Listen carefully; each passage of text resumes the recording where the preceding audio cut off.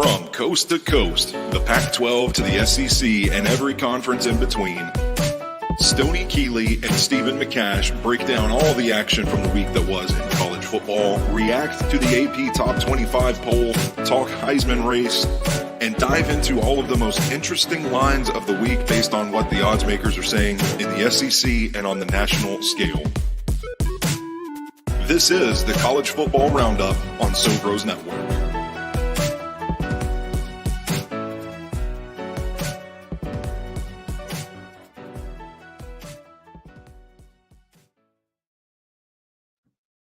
Welcome in for another episode of the College Football Roundup right here on Sobros Network. Mine's right, ass is tight as we tackle episode 6 of the 2024 season today. Powered by Memo's Mexican Kitchen out in Mount Juliet, Tennessee. Head out there for what I say is the best Mexican food in the Nashville area.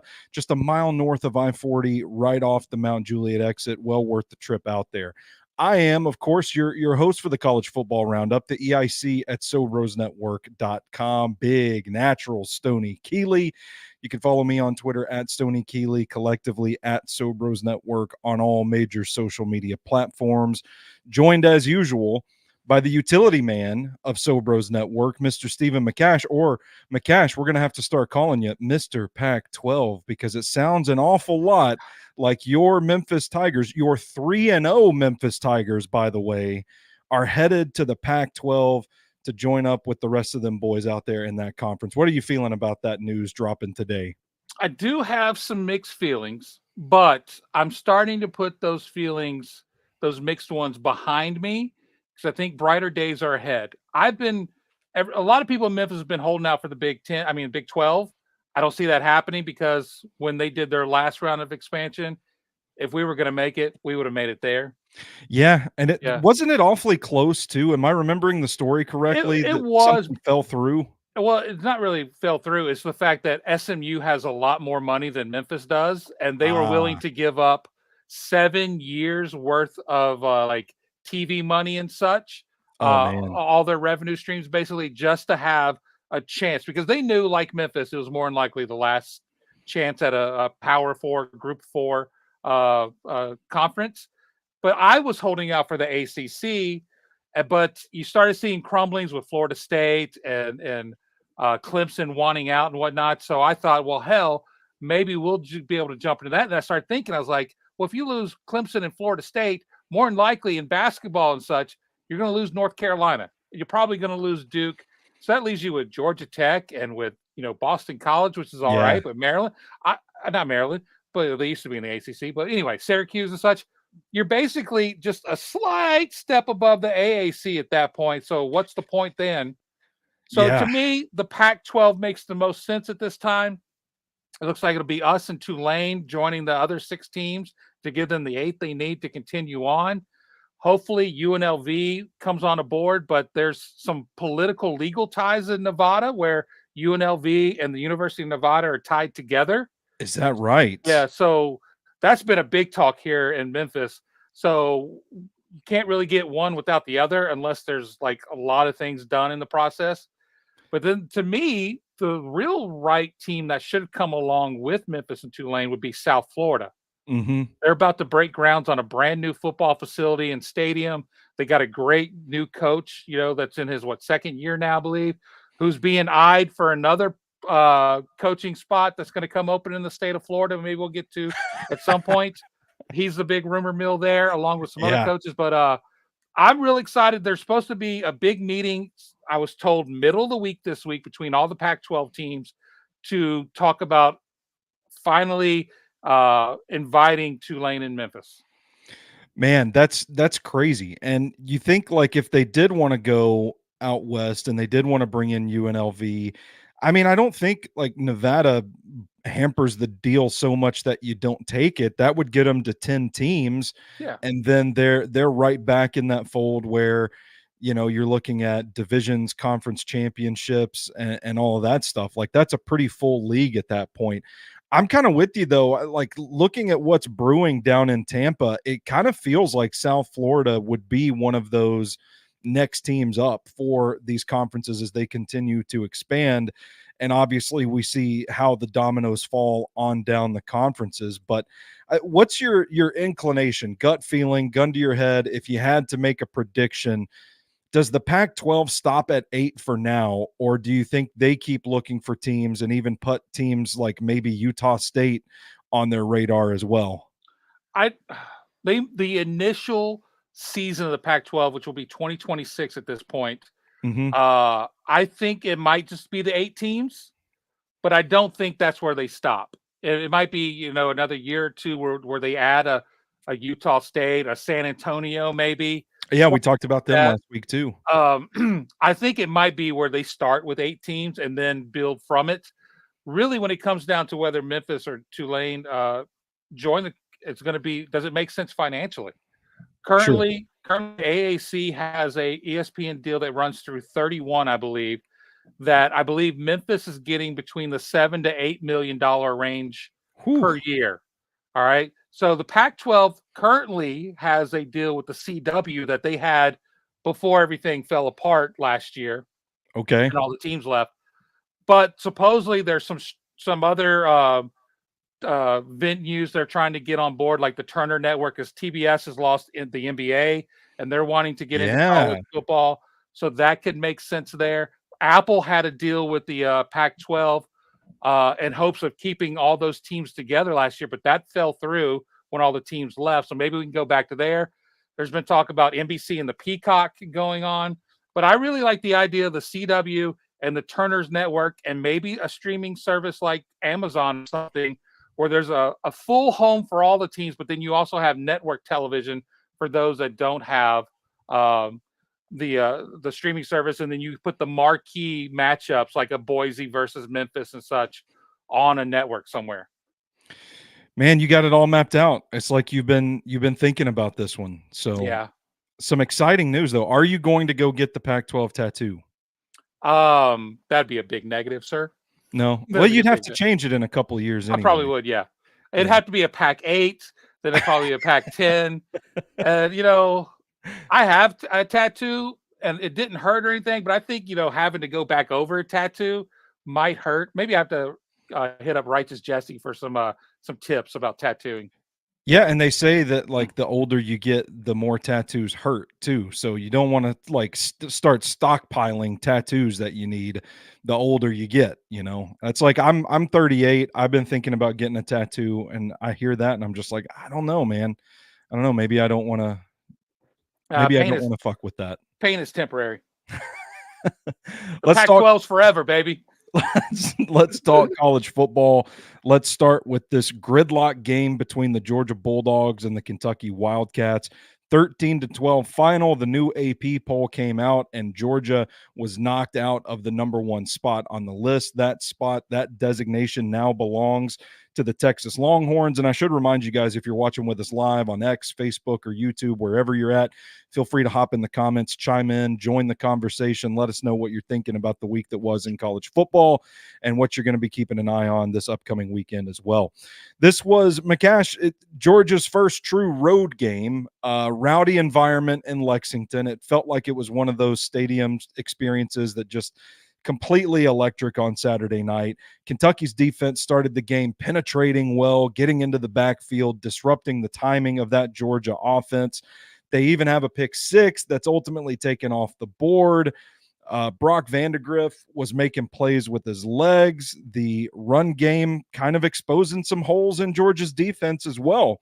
But then in the third quarter, Carson Beck starts dealing like we've seen Carson Beck do before. Layered throws, great placement, kind of getting the passing game going a little bit. And honestly, man, to me, watching that game live, it never really felt like Kentucky was up enough to really put Georgia away. They pounded in from the 3-yard line in the fourth quarter and never really looked back. Georgia wins this game. But exposing a few holes in Georgia's defense, the cracks in the armor, so to speak. Do you have any concerns about the Georgia Bulldogs that you didn't have before seeing how they performed against Kentucky? Not really, because if you go back and look the last couple of times that Georgia and Kentucky have met up in Lexington, They've all been close matchups. You had the place to play. Yeah, it's a great place to play. I mean, it was a 16-6 back in 2022. Georgia obviously won again, but then you go even before that, there was a 14-3 matchup. Georgia just plays, I'm not saying down to the competition. I just think Kentucky rises up when they're placing Georgia at home. A lot of those games, excuse me, are at night, and those hillbillies are fired up, ready to go. They're on their moonshine, kissing cousins. I'm sorry. I should be talking about Kentucky fans like that. My bad. But no, I thought Georgia just kind of somewhat played down to competition, and Kentucky rose up as well, and they kind of met in the middle. I don't have any concerns about Georgia going forward. I still think when it's all said and done, Texas and Georgia will meet up in Atlanta to decide who's going to be that number one seed when it comes times to Selection Sunday for the playoffs. The Bulldogs escaped Lexington with that close win, but letting their guard down cost them their number one ranking, which honestly, I don't think they're the number one team in the nation to begin with. I think that is Texas. Well, that was going to be my next question. Is obviously Texas bumped up into the number one spot the second week in a row we're asking this. Are they the rightful top dog in college football right now? I do believe they are. One thing to be concerned of, you were asking about with Georgia, is Kentucky went 9 of 16 on third down. Yeah. So when you start playing those tougher teams in the SEC, as they will starting, this week going forward, you can't have your defense out on the field all day long if you're expecting to compete for championships. Yeah, I would agree wholeheartedly. I felt like Kentucky just didn't have the passing game to really move quickly and score late in that fourth quarter. This kind of feels like one of the trademark Mark Stoops teams that just they play good defense. They have a defensive lineman in Deion Walker that's probably going to be a first-round draft pick next spring. Brock Vandegrift, like I said, not the most prolific passer. I don't think he has the best arm in the country. I saw a stat somewhere that he's like 17th in the SEC in passing yards this season. Wow. And there are only 16 teams in the SEC. So some teams got two quarterbacks more prolific than Brock Vandegrift in the passing game. But, it kind of feels like this is classic Mark Stoops Kentucky. It's not a team that we've really talked about a lot this season so far. And I don't know from the looks of things, frankly, at 1-2, if this is a team that we're going to be talking about a whole lot throughout the rest of the season. But what's your read on Kentucky? I mean, at 1-2, suffering a bad defeat at the hands of South Carolina and then losing this close heartbreaker to the Georgia Bulldogs when they had a chance to win the game. They had plays taken off the board that would have put them up in this game. Who knows what would have happened if that pick six stood? You play really, really close against a really good quality opponent and you come up short. At 1-2, McCash, like what's the read on this team? Is there a world, is there a timeline where now that there are 12 teams, 12 spots in the playoffs, they can get back into the race? Or do you think this is a team that's just needs to get its feet beneath itself and just try to get to a bowl game? Honestly, I don't think either one of those things are going to happen for this year. Looking at their schedule ahead, I don't see where 6 wins come out of this schedule. They do have Ohio this week, so that should be a W right there. Get to 2-2 there, yeah. Yeah, but then you travel to Oxford. That don't look like a dub right now. No, that looks like a 50-point being dropped on you right there. But Yeah. then they have a stretch here where it's 3 teams that have been struggling of late, but they're doing better than you are right now. You got Vanderbilt, Florida, and Auburn back to back to back, and Florida's the only one that's on the road. That Vanderbilt team looked great until they met Georgia Southern last week and took that loss, which shocked me. Shocked a lot of people. And then you've still got Tennessee, Texas, and Louisville coming up. So I don't see they get 4 wins tops, maybe 5, and that's not going to get you into a bowl game this year. So hoping that their new basketball coach has big, bright things for him in March. Feels kind of like one of those soul-searching sort of seasons for the Kentucky Wildcats. Like they had their chances early, they didn't go their way, and now you get into the meat of this schedule, and it's too big of a hole to dig themselves out of. I think the way this team is built right now, without a vertical passing game, they're not very dynamic on offense. So I kind of think like you said, like Kentucky fans, hey, it's almost basketball season. You don't have to wait too much longer for that. Elsewhere in the SEC, we talked about that Missouri-Boston College game last week. Thought it would be a lot different, and Missouri did finally settle down, and they pulled away from Boston College late. But man, give Bill O'Brien credit for getting that team ready. They fought till the very end. They came back, made it a game late. The final ended up being Tigers 27-21. Brady Cook looked pretty good in the game. Luther Burden had 117 yards and a touchdown. What do you think the way this game ended says about these two teams? Are you buying Boston College at all after seeing the outcome of that game? I'm not buying them to do anything spectacular this year, but I think they are way more ahead of schedule than I ever thought they would have been this early into the season. But if you look at the statistics, you would think Missouri won this game by like 20, 30 points. Yeah. I mean, you put up 440 yards of offense to 298. You managed the clock by over like almost 12 minutes on top of Boston College. And for it to be this close, that kind of proves to me that Boston College's defense was a lot better than I thought coming into this game. Granted, you gave up 27 points, but it was kind of like in those bend don't break moments, it seemed. Yeah, and Boston College obviously falls out of the top 25 after this loss. They were only in at 24, but the fact, like you said, the fact that Bill O'Brien had this team already in the top 25 on his first season, I think it does indicate how ahead of schedule this program is. And I do think that it makes the ACC kind of interesting. I'm interested to see if Boston College can play spoiler for any other teams down the stretch. LSU and South Carolina might have been the game of the weekend. I mean, just you see South Carolina jumping out to a big lead. It looks like they're going to run away with this thing. LSU gets into a rhythm. They come back 36-33. It looked like South Carolina was going to threaten overtime in the last drive of that game, and they just end up letting one get away. Are the South Carolina Gamecocks better than we thought, McCash? Absolutely. Like, I had a nice little 5-team parlay going, and I hit 4 out of the 5, and I'll be damned if those Cocks didn't just fuck me in the ass. Yep. They'll do it. Yeah, they'll do it every time. I really thought, because I'm watching the scores. I'm at the Memphis Florida State game, and the scores are coming across, and I'm like, that has to be a typo. There's no way South Carolina is up this big this early. I'm like, and then I see halftime they've come back and made it a 1-score game. I was like, all right, let's go Tigers. And then I was like, shit. I guess I didn't make as much money back as I thought I was on that trip. But yeah, I was shocked by the way the Gamecocks went down and handled business. Granted, they didn't escape with the win. Man, they looked good.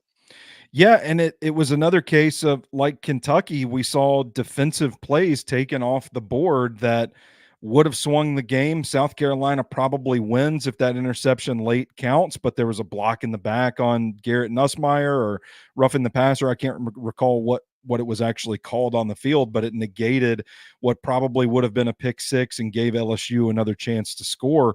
It's kind of wild to think about, but this team is sitting there at 2-1 now, better than we thought that they would be.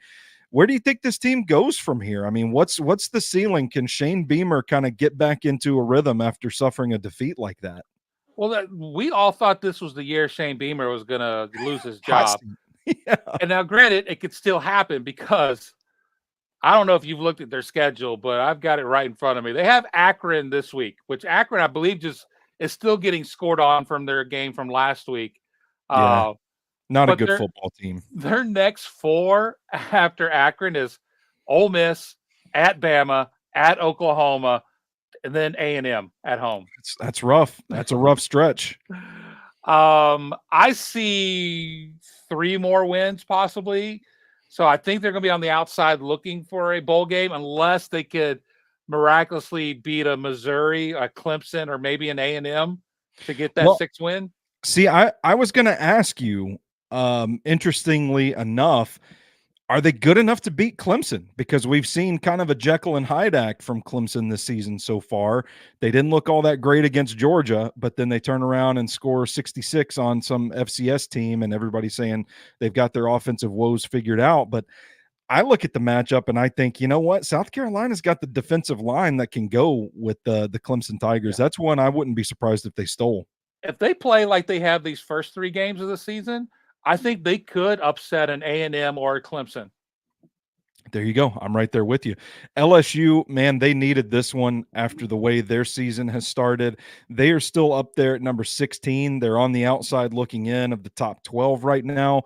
What do you think they have to do to stay in the playoff race?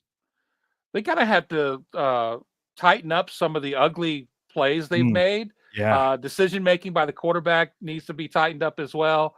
They've got a nice little stretch over the next 2 games that they can do that. I mean, UCLA is a little down this year, but you have UCLA coming to Baton Rouge, so that should be a win you can pick up. And then South Alabama hasn't been good this year as well. Before you really get into the meat of your conference schedule, which is pretty tough for them this year, but most of their tough games are at home in the conference. So I do believe they see them righting the ship. I just don't think they have enough firepower to really contend for one of those 12 playoff spots. Alabama absolutely spanked Wisconsin and Camp Randall on Saturday. The final score of that one is 42-10. McCash, were you surprised by that, or do you think that there's just a curse with this South Florida team that makes Alabama look worse than they actually are? I think it goes back to Georgia and Kentucky. Like South Florida just rose up to it, and Alabama came down a little bit, and they met in the middle. Look, I called this one all day long. I even put it in my Tank the 401k picks. You did. With which I went 3-2. A win's a win. I'll take it. I got screwed in that Thursday night matchup, Arizona State, Texas State. I missed the over by half a point. Bad break. I don't want to talk about it. Anyway, I loved Alabama by 1 million in this game all day long. And when I was sitting at Doak Campbell Stadium watching the scores come across, I was like, yeah, that's what I thought Alabama was going to do. I'm not even going to stress about it. Jalen Milroe accounts for 5 total touchdowns in this game. He just seems to be a scoring factory this season, playing under Kalen DeBoer. We kind of talked about that being an interesting pairing after seeing what DeBoer did with Michael Penix Jr. a season ago. Jalen Milroe seems to have stood the beneficiary of this new offensive system at Alabama. They are scoring at will, my man. Do you think Jalen Milroe should be considered among the 5 or so Heisman favorites right now? Absolutely. What interests me, because when you see a big coaching change like that, and that team has a veteran quarterback, a lot of times, especially in recent years, now that you have the transfer portal and such, you'll see that quarterback leave and go somewhere else. Yeah. I would love to know what the two of them talked about before he agreed to stay in Tuscaloosa, because whatever he said, whatever the coach said, is paying dividends greatly. He almost had 300 all-purpose yards with those 5 touchdowns in the game. And, no slack to Wisconsin. They're still a great program. It's just, they hit a buzzsaw this weekend. And I think you're seeing a lot of changing of the guard in the SEC, where a lot of teams have been driven by their defense. And this year we're seeing a lot of high-power offenses in the SEC. That's a great observation there. Couple of fun games on Friday night if you stayed in and celebrated a little TGIF action in front of the tube. Not only was Kansas and UNLV a good game, UNLV a gutsy win there, but we did have a match up of ranked teams between Kansas State and Arizona. This wasn't actually a Big 12 game, though, McCash. The schools had agreed to this game before Arizona had left the Pac-12. Oh. Both programs tried to find a suitable replacement for this so that they could swap out and not have to play the game and affect the Big 12 standings. They couldn't do it, so they end up playing the game, and all parties involved decide we'll do this, but it's not going to count towards the Big 12 standings. So that's why it's not a glitch if you look up the standings and there's no conference numbers added for this game. They had agreed to not let it count towards the Big 12 rankings. Pretty interesting little wrinkle there for this one. But Kansas State looked like a playoff team on Friday night. Arizona goes up 7-0, but then Kansas State rattles off 31 unanswered points. The defense looked good, stifling a Wildcats team that admittedly, punt coverage was not that great. They gave up a punt return touchdown. Noah Fafita threw an interception into double coverage.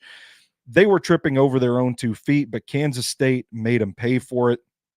Looking at this team now, do you think their ceiling is out there in Manhattan, Kansas? It's got to be pretty high. I mean, they're already in a great position to eke into that. Man, words are hard all of a sudden. Eke into one of those playoff spots, especially now that we're seeing all the problems with you in Utah with Cam Rising, whether he's going to be there or not. Yeah, because it's really weird seeing Central Florida sitting atop that conference, the Big 12 standings at 3-0. I mean, but there's a whole group of teams that are sitting there at 3-0. It's just like we talked about, man. It feels like the top of that race is wide open this year. I think as we get further into conference schedule, you're going to start seeing some of those teams cannibalizing each other. But I think, honestly, with the way they played this past Friday night, I think Kansas State may be the best of those. What I'm thinking, there's 6 teams that are 3-0 right now. Yeah. And they may come out on top. And I did not have Kansas State anywhere near my predictions for the college football playoff this year. Yeah, you and me both. I kind of thought they would be the same K-State we always see. It's like good enough to contend for a conference championship, but once you put them on the national conversation, they kind of lose a little bit of steam. They don't always have the best argument to be included in those teams, but this might be the year that we are wrong. Yep. Big and wins. Their schedule, before we move on, I was going to say their schedule is really primed for them to be able to do that spot. Their toughest matchups the rest of the year are versus Oklahoma State, and they end the season at Iowa State. Those are the only 2 ranked teams they see the rest of the year. And those are both still winnable games with the way that this team is playing right now. Elsewhere in the top 25, we saw big wins from Texas, Tennessee, Ole Miss, Oregon, Miami, Notre Dame. The 2 things that I really want to talk about, the Volunteers get up like 65 or 71-0 or something like that, offer the mercy rule. And was it Kent State they were playing? I think it was Kent State they were playing. Kent State declined. So, you have to take your medicine at that point. Any issue with Josh Heupel electing to get some work with his second team unit in that game and quote unquote running up the score? I have no issues with it. They offered you a way out. And I commend Kent State by saying, no, we signed up for this. We're going to cash that check, but we'll take our ass whipping with them. So I commend them for that. No participation trophies in the SEC. But with that said, as Tennessee, as the head coach, you have to see what you have in case something happens to one of your key players. So give them those reps and those opportunities to learn if they're ready to play meaningful snaps and minutes in this SEC season. So I don't have an issue with it at all. Yeah, Lane Kiffin would have done it. At one point, they're up by like 4 or 5 touchdowns, and they're going for an onside kick, and people are crying about it. But like, I get bent. How many? To Josh Heupel's point, how many opportunities do you get to have to practice an onside kick in a real game scenario? Yeah. Not too many. Anytime you need an onside kick, it's usually dire straits, and you gotta execute it properly. So I see the reasoning behind it.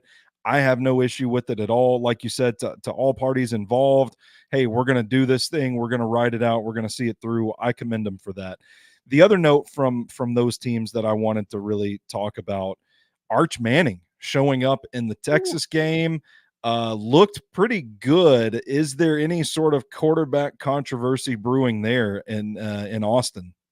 I don't think so. I mean, I don't know the severity of Quinn's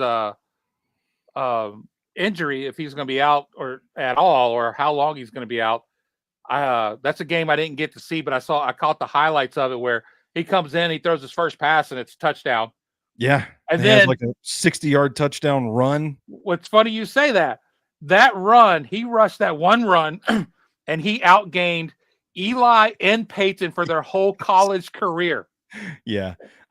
Pretty wild stuff, man. He looks like he's going to be pretty good. I don't know how that swings right there at Texas. I don't know if it's just the moment. You don't look back at this point, or if you, excuse me, or if you ride with Quinn Ewers, who is the more established guy.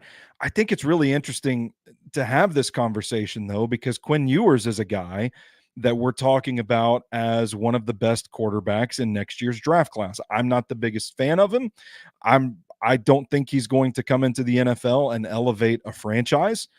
But at the same time, I acknowledge he's gotten better on the things I was critical of last year. And I'm interested to see how the rest of the season shapes his eval heading into the draft.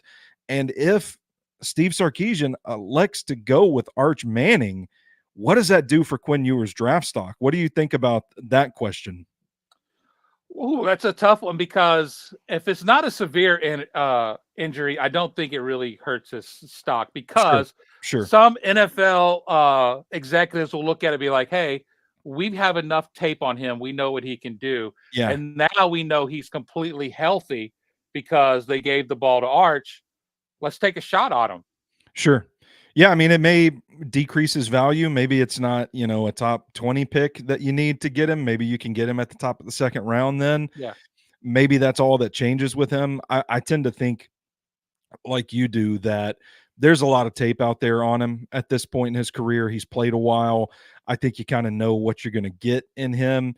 It's just a matter of the production and maybe showing improvements, the slight nitpick improvements that he needs in his technique to kind of really achieve that status as one of the best quarterback prospects in the draft. But it's an interesting situation to monitor for the best team in the country. Yeah. And going forward, as of this right now, time of the recording, they have not named who's going to start this week. Interesting. Sarkisian is kind of keeping it to the chest. Yeah. But Arch has been practicing with the first team throughout the week. Oh, buddy, that's going to be interesting. Yep. We had a few new teams in the polls this week in Whatever. the AP and the coaches poll.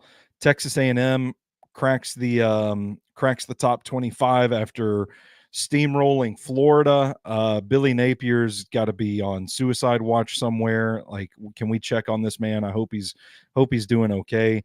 A&M, man, Connor Wegman's out in that one. The freshman quarterback comes in and just lights them up.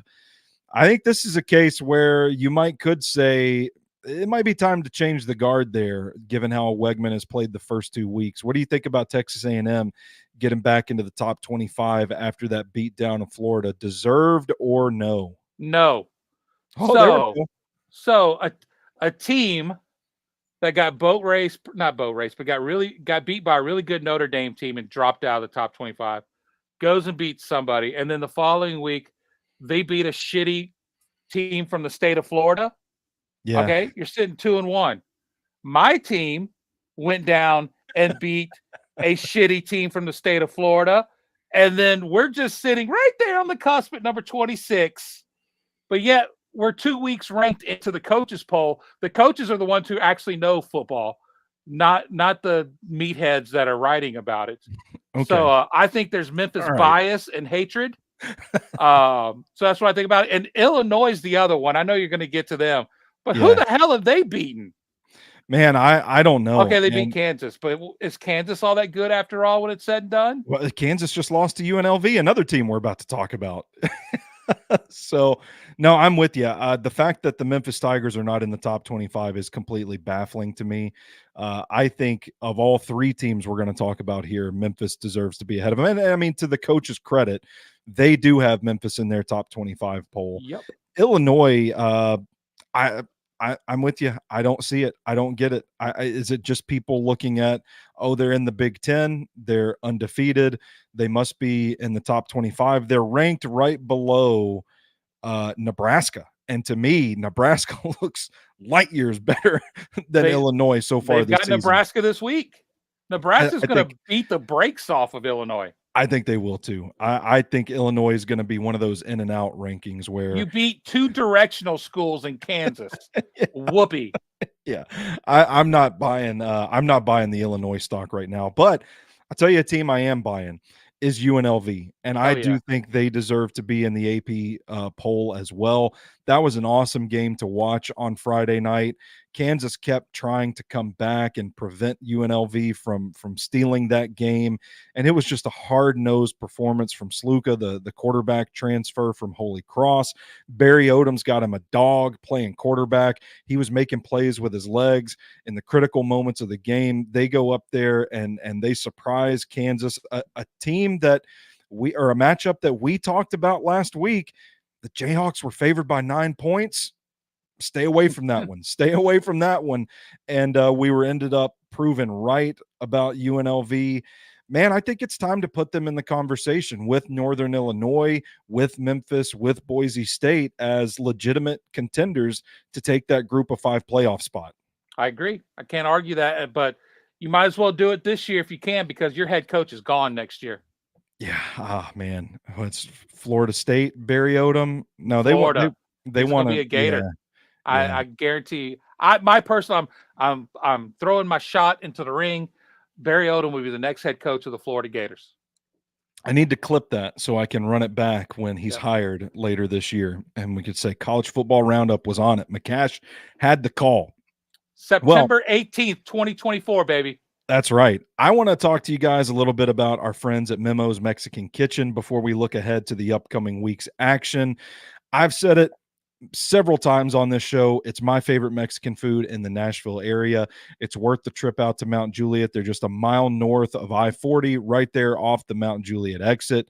You can go get you some quesadilla, some enchiladas, some grilled jalapenos to start with, some queso, guacamole, you name it, they got it there. It's one of the most creative, elevated menus in the Nashville area.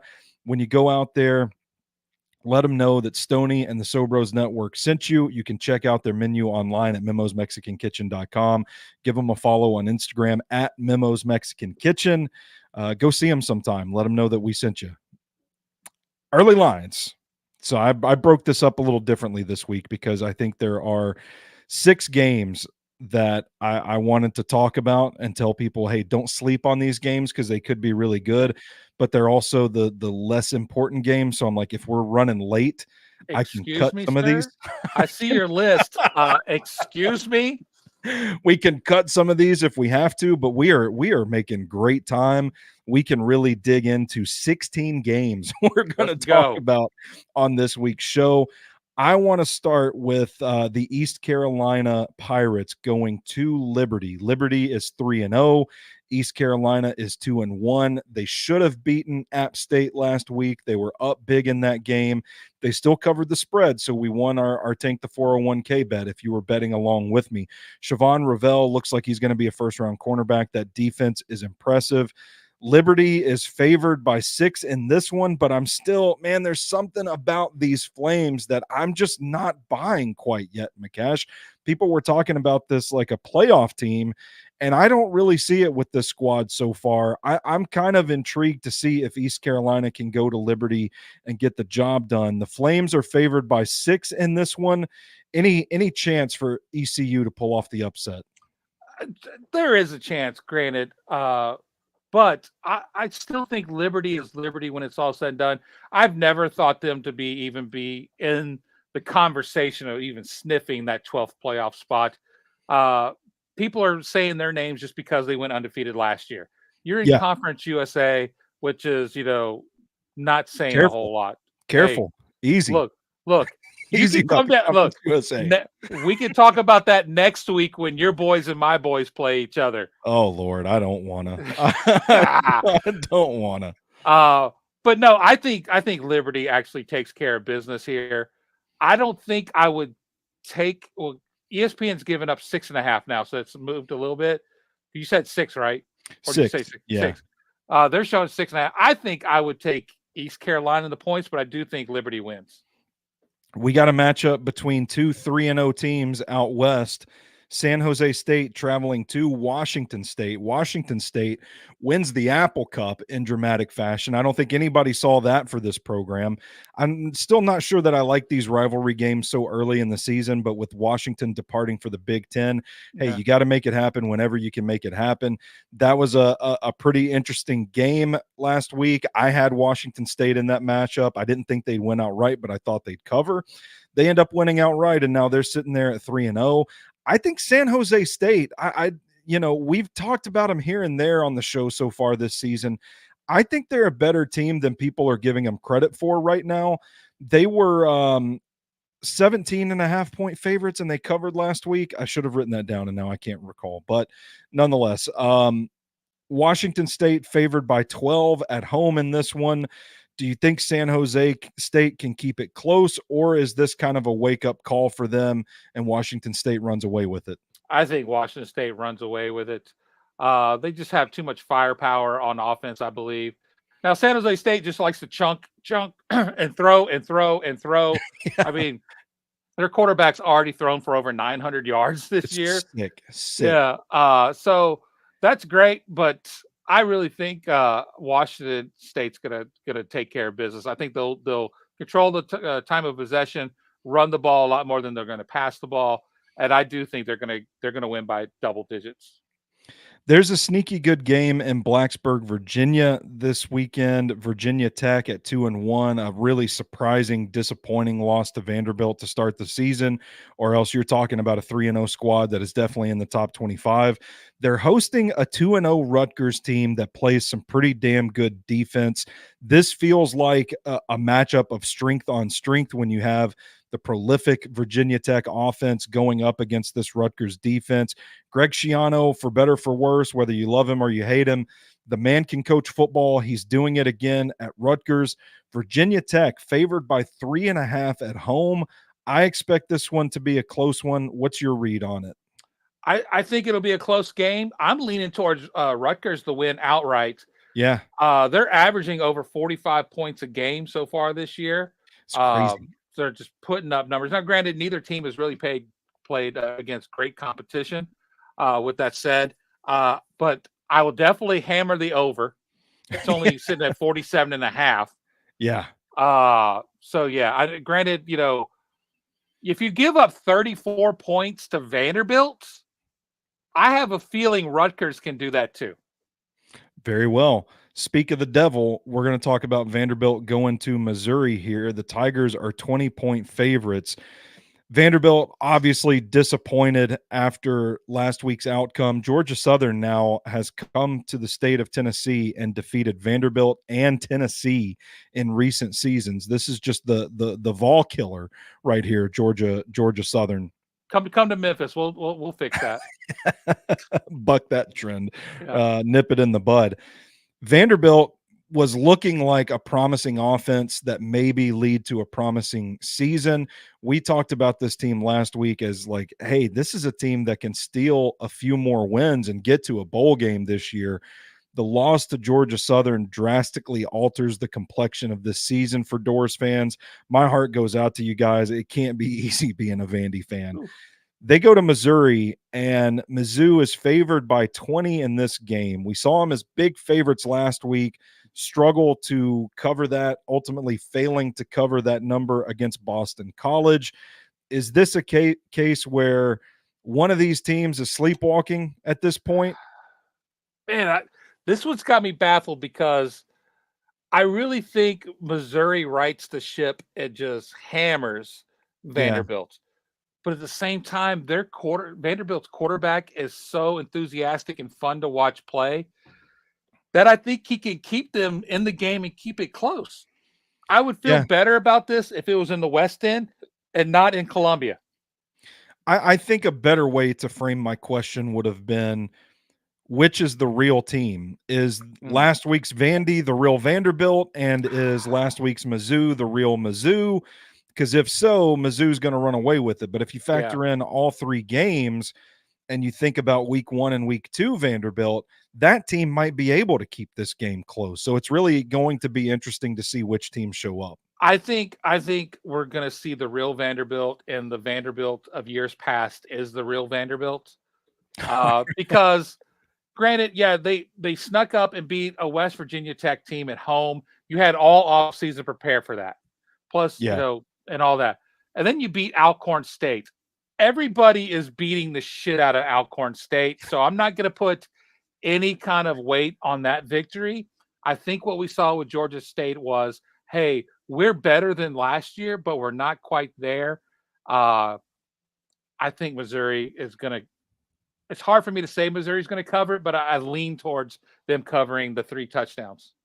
We got a battle of the unbeatens out in Annapolis, Maryland. Hell yeah. Here we go. 2-0 Navy hosting the 3-0 Memphis Tigers. Navy at home, 9.5-point underdogs. After a big win, any potential for a letdown here for the Memphis Tigers? No, not this year. Not at all. It will be a tough, close game because Navy always plays us tough, and that triple option is hard to really do anything with. But yet Navy is throwing the ball a lot more this year than they have in years past. They kind of have a new offensive mindset, if you will, sprinkling in some more formations and such other than just the triple option. With that said, I saw something different in this Memphis team this past week that I've seen in years past, and they're dialed in, they're focused. Because they're so junior and senior heavy in the roster. I don't see that team letting them get a letdown like that after such a the win against Florida State is big, no matter how you look at it, but it's not the game we thought it was a month ago. Yeah. And with that said, I think Memphis goes in and they easily win by double digits. I think the interesting thing, the development that we've seen from Memphis is that they had the wherewithal to go on the road and close that game out. It wasn't a matter of them jumping out to a big lead and holding on. That was surprising. It was the fact that they really finished late in that game. And I think, to your point, that does kind of make you take a step back and say, oh, wait, whoa, this is kind of a different breed this year. And go ahead. I like Memphis big in this matchup too. The difference this year is, if you look at Memphis last year, their defense cost us games and our offense had to win every game. This year, the offense has taken a step back because they haven't been asked to do a lot.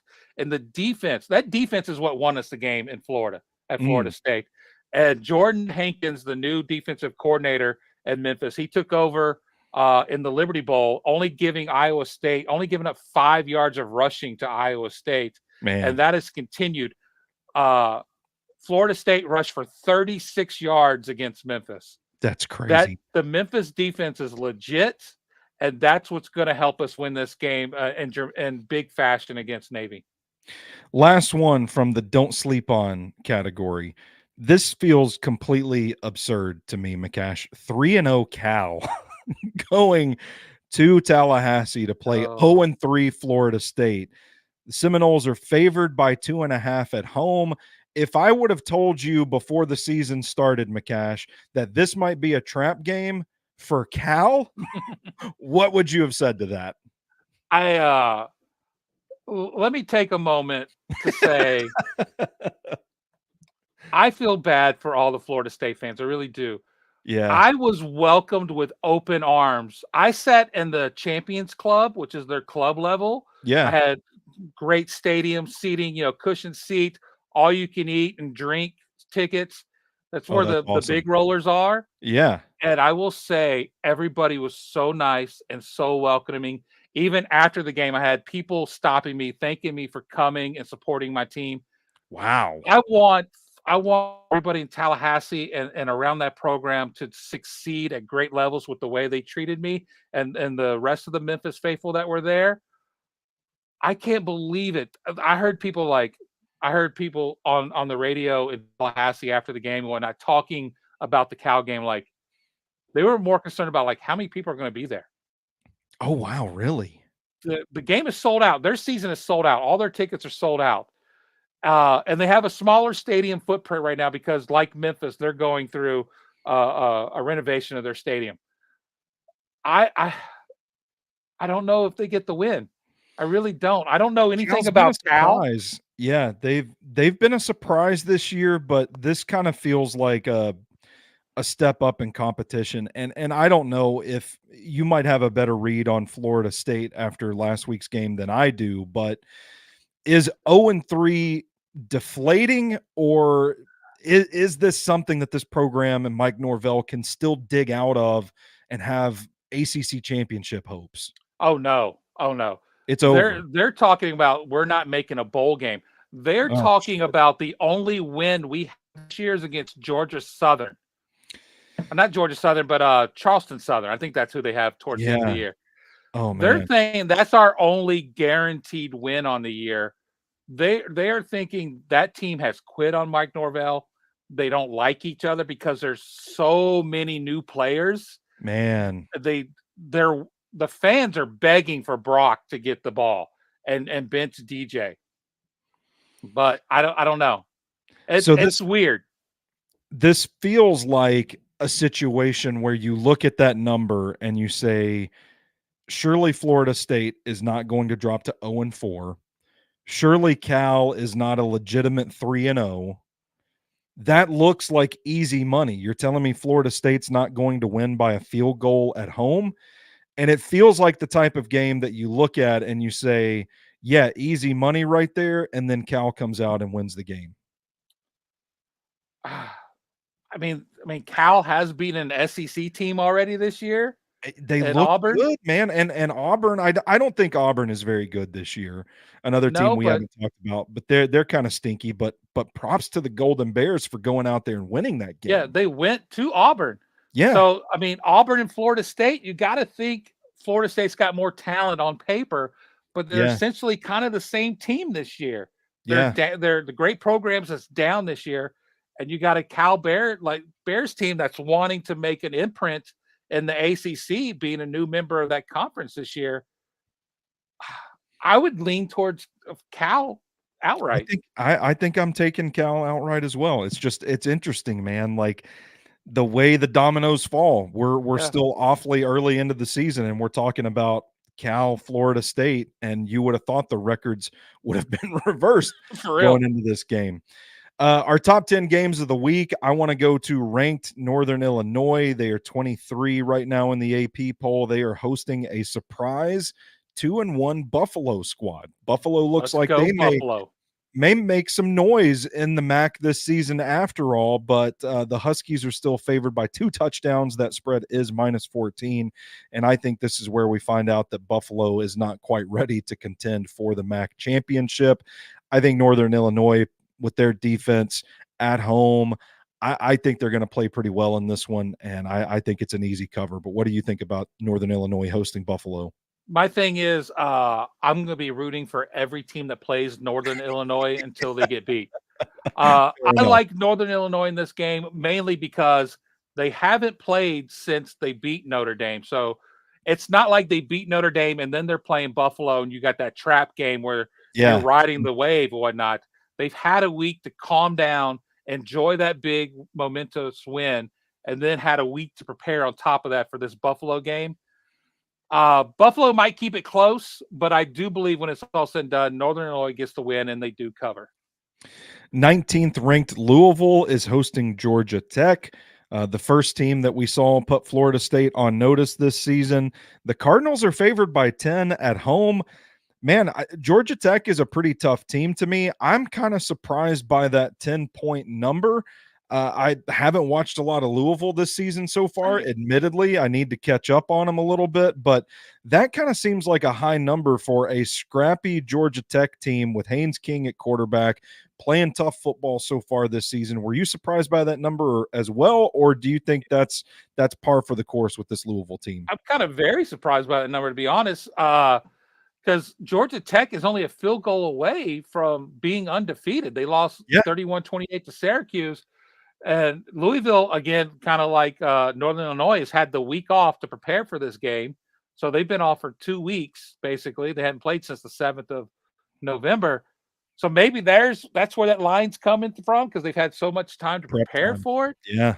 But Georgia Tech just played VMI and beat them by over 50. So it's not like they played a tough, close game or whatever. They might have seen bumps and bruises. I would take Georgia Tech plus the points in this game. We're in agreement on that one as well. K-State, we talked about quite a bit. They are up to 13 in the AP poll. They are heading out to Provo for a game against the undefeated BYU Cougars, who are 6.5-point underdogs at home. I've won some money with BYU this season so far. I think they're a lot better than people give them credit for. I don't know that they're going to hang within a touchdown of this Kansas State team the way that they're playing in all three phases of the game, offense, defense, and special teams right now. I kind of feel like this is a wake-up call for the Cougars. K-State comes in and overwhelms them.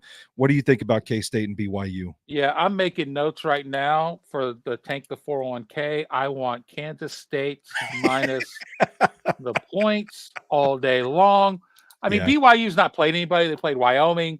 They played Southern Illinois, Go Salukis. And then they barely beat an SMU team, which I thought was going to be a lot better this year. It has not turned out to be that case. But Arizona is just scoring at high clips in every game they play, no matter how good the team is. They've scored over 30 every game this year. Man, give me K-State minus the points all day. You mentioned this game a little bit earlier. UCLA going to 16th ranked LSU. LSU favored by 24 in that game. That's an awfully big spread, but UCLA has not looked that great to start this season off. Do you give the Bruins any hope of staying within that number? Man, they lost by 29 to the Hoosiers last week. Yeah, man. Indiana. And that was at home. Yeah. When you first said, a 3-touchdown line, I was like, oh, I'll take the Bruins. But then I kind of looking at it deeper. I probably won't touch this game at all. If it was 20.5, maybe I would take LSU, but 3 touchdowns over the Bruins, a very proudful program like that. I know they're down.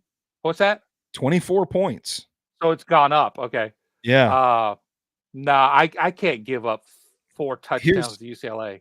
Here's the thing that concerns me about this matchup. I think LSU does have the talent to overwhelm UCLA, but what we've seen from LSU so far this season, the penalties, the mistakes, that sort of thing that allow a team like UCLA to hang around. Now, as soon as we say that, they're going to go out and win by 40 on Saturday. But my larger point here is there is a path towards a bad team hanging around with this LSU squad, and it makes me just want to avoid the game altogether. So I'm kind of with you there. I don't think I'm going to touch this. I wouldn't touch this at all, but I just glanced at UCLA's upcoming schedule at LSU this week, and then they follow that up with matchups versus Oregon and Penn State. Good gracious, man. Good gracious. Hey, you joined the Big Ten, UCLA. Yep. You joined the Big Ten. Number 8, Miami, they've looked like a juggernaut so far this season. I think they're secretly one of the best teams in the country that nobody seems to be talking about. But really interesting game this weekend because you and I, the last several weeks, we've talked about how tough this South Florida team is.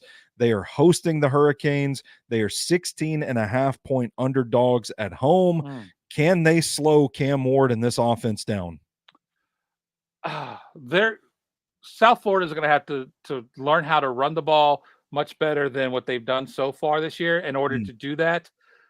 Look, Miami fans should be kissing the feet of the boosters of Florida State because it came down to DJ and Cam Ward on who Florida State's quarterback was going to be. And what I've heard while I was in Tallahassee this weekend is that the boosters and the people in charge of the NIL did not want to pay the money for Cam Ward. No way. Yes. Wow. That's what it came down to. What a decision that was. Yeah. Think of how different those two teams would be right now. Yeah. I mean, you're talking about a guy in Cam Ward that is just lighting things up right now. I think if the season ends today, he's one of the guys in New York for the Heisman ceremony. Meanwhile, DJU is like struggling to complete passes for Florida State. Look, he's playing. He wouldn't get drafted in the UFL draft. Yeah, exactly. So that's a major swing between those two.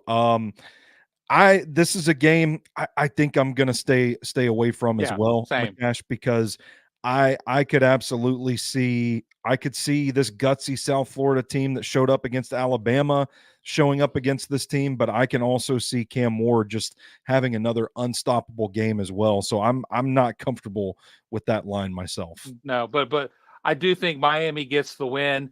I think it's a situation where it's kind of like last week against Alabama, where they just kind of run out of gas late in the season, late in the game. Yeah.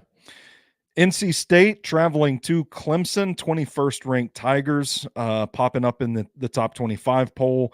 The home team, 20.5-point favorites. NC State has really struggled this season. Grayson McCall does not look like a future NFL quarterback that they thought they had when they got him. They have struggled at times this season on offense and haven't really looked that great. Had no luck slowing down Tennessee when they played a couple of weeks ago. I think that this is a game that Clemson probably wins, but these two teams have played close games in recent seasons. So I don't know what it is about the vibes surrounding it. I feel like this is a game that the Wolfpack can keep within 10 points, but ultimately Clemson wins. Where do you sit on this one? I'm right there with you. I don't think either team has looked good this year. Just because fair. Clemson beat App State by over 45 points last week doesn't really mean anything to me, because App State is not the App State we've seen of recent years. Sure. And then you got boat race by Georgia to start the season. And granted, another SEC team did the same thing to North Carolina State. That's the week after. I think Clemson being favored by over 20 points to a conference foe, not named Florida State right now, is asking a lot. So if I was to touch this, I would take NC State plus the points. Right there with you. Now we've got 4 matchups between ranked teams to talk about. One we mentioned earlier. I think we can breeze right through this one. 24 ranked Illinois at 22 ranked Nebraska. The Cornhuskers are favored by 7.5. Can Illinois slow down this Nebraska offense at all? Absolutely not. Let me write that down too. Nebraska. With you I'm giving you my Tank the 401k right now.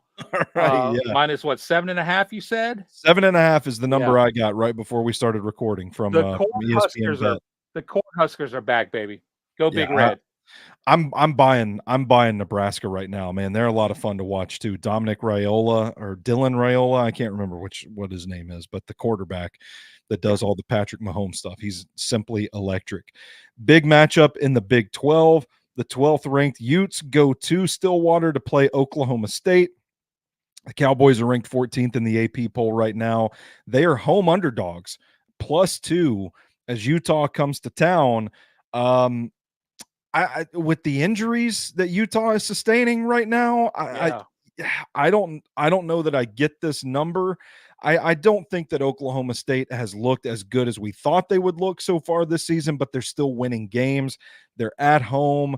I kind of like the Cowboys in this matchup. Which way are you leaning? No, I'm leaning right with you. Like, if you'd asked me this at the start of the season, I've been like Utah all day long. For sure, me too. Issues with Cam Rising that I've talked about multiple times throughout the course of the season.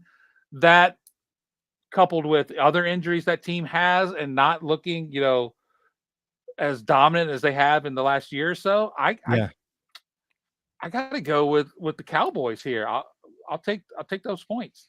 So we're in agreement there. Big Ten matchup still feels weird to say about USC. 11th ranked Trojans going to Ann Arbor to play the 18th ranked Michigan Wolverines. The Wolverines 5-point underdogs at home. What's your read on this one? Oh, man, it's weird Michigan being a home underdog and it not USC. being like Ohio State or maybe even Penn State. Yeah. Man.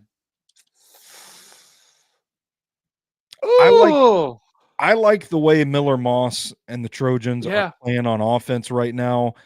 I kind of feel like Michigan has been exposed for having a lack of depth, which will happen. Like, when there's a mass exodus, you win the national championship and there's this mass exodus of talent. They lose their top 6 offensive linemen to the NFL this season. They lose their quarterback, their running back, 2 wide receivers, a tight end. all the talent on defense that they had that are gone. It's not to say they don't have talent. I know they do have potential top 10 picks in Mason Graham and Will Johnson on defense, but it's not enough. And I think this is another situation where people are going to look at that line and say, oh, they're 5-point underdogs at home. That's easy. That's an easy bet. I'm taking Michigan. But I actually like USC. I like the way that they're playing right now. There's a resiliency. There's a toughness with this program that we haven't seen in recent years. Give me Miller Moss on the road, man. I think the Trojans cover this one. I'm right there with you. It's just weird, again, saying that I'm taking a team favorite over Michigan at the Big House, but I'm going to do it. I'll take USC. There's a big dark cloud over who the rightful quarterback is at Michigan. Warren hasn't looked great. He's only thrown 2 touchdowns to 6 interceptions. So you've talked me into it. USC big. That leaves us one game to talk about, and we are going to go to Oklahoma, where the 15th ranked Sooners are hosting the 6th ranked buzzsaw Tennessee Volunteers. The Sooners are a touchdown underdog at home. Tennessee has looked unstoppable so far this season, but I think you can kind of wonder about the quality of opponent that they've had so far. Meanwhile, Oklahoma, man, they've struggled against Houston. They struggled against Tulane. Seems like a team that's having trouble finding its footing in the SEC right now and keeping up with some of these other programs. On paper, you would think this is going to be strength versus strength with Brett Venables' defense and Josh Heupel's offense going head-to-head. I don't know about this one, McCash. What do you make of that 7-point spread? Look, it's well documented how much I hate all things orange and the University of Tennessee. But my God, I will ride this ship till the wheels fall off. Give me the Vols minus $1 million. Josh Heupel's going home. They're even like honoring him before the game. Yeah. So like he's gonna troll the hell out of them. Nico's gonna put up like 50 against the Sooners. Sooner booer. I just made that up. I probably didn't, but whatever. We get that on a t-shirt. Yeah, put it on a t-shirt. Granted, the competition, they haven't. I mean, their biggest competition they played is NC State, and they boat raced them. Yeah, I see the same things happening. That team's going to be so hyped to go into Oklahoma for their head coach after the way he left Norman. You want to know why Tennessee was getting work in against Kent State? Why they were still going hard? Because they had a game against Oklahoma the very next week on the road. This is a prove-it game. This is an opportunity for this team to really validate itself as not just a playoff contender, but as a national championship contender. Nico's playing great, but that defense has been surprisingly well this season so far. I kind of feel like this is going to be a bloodbath, and I'm riding the Vols big right there with you. So I'm with you. That's going to do it for our preview of the early lines. McCash, you got any parting thoughts before we get on out of here today? No. New episode of Eye on the Tigers podcast will be out soon. We're going to recap the Florida State victory. I have a lot to say about that game, and plus my trip as well. And then get ready for Navy. Other than that, that's all I got. There you go. Well, I am Big Natural Stoney Keeley. He's the utility man, Stephen McCash. This has been the College Football Roundup. Rate, review, subscribe wherever you take in your shows, and catch all of our work at SoBrosNetwork.com. Until next week.